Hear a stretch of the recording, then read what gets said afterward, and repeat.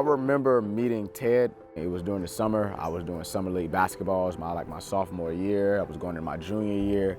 And right here at Chandler Hall, he was here taking pictures of us, taking pictures of us doing pickup runs. Pickup basketball was so powerful in so many ways because these guys were getting out of the house.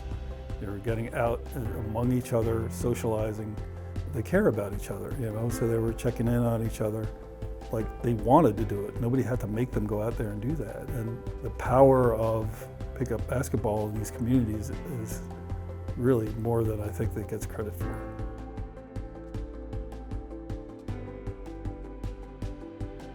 Ted is like a father figure and kind of helped fill in that, the gap that was in between, our lives. And so I'll always come in for that. That's how, I first got into pick up the ball and to now transitioning that with pick up the ball and being a leader and helping mentor other guys in that space.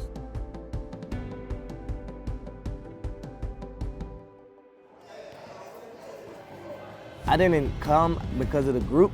I started to come because of the person who Ted was, and he gave when he didn't have to. Like, I knew he was a genuine person, but I never really thought this was his group until my brother told me he was the CEO. And I was like, oh, for real? And then so I just started coming more and more, and then I built a brotherhood. I think one of the most important things that I learned is to build people up, help others. Even when they think they're down, just help them, just talk to them, have that conversation, be open to talk.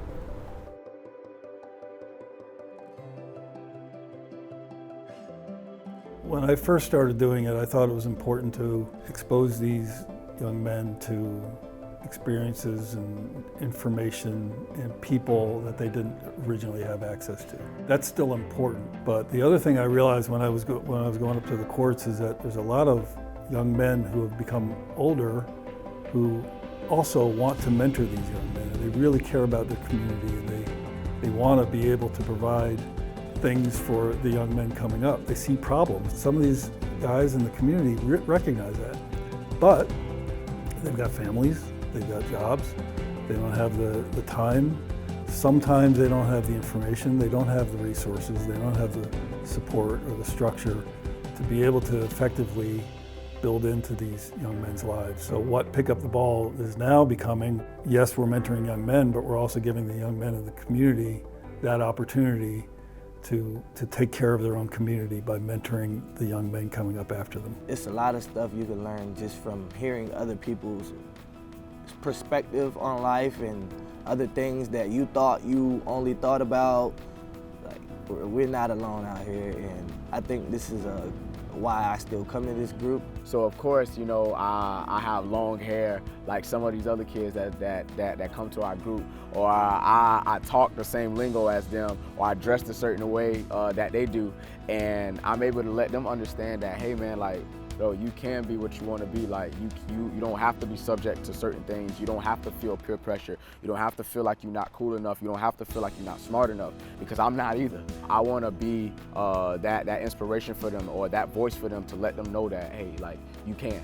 I think Mr. Ted does this to show us to never quit. No matter what it is, if it's not working, if you think it's not working, even if it's look like it's not working, if you're having downs and ups, never quit, never give up on your dream.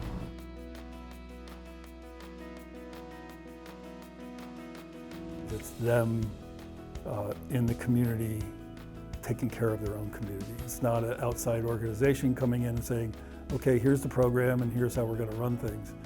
It's allowing them to say, thank you for giving us a platform to be able to do what we've always wanted to do, is just take care of ourselves.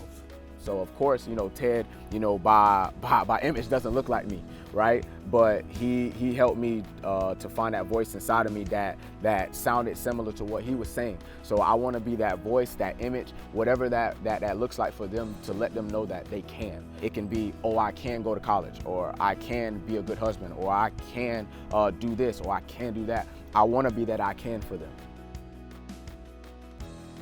When I first started doing this, I met young men who didn't think that they were going to make it past the age of 25. To see them actually planning for their future far beyond that, that's huge.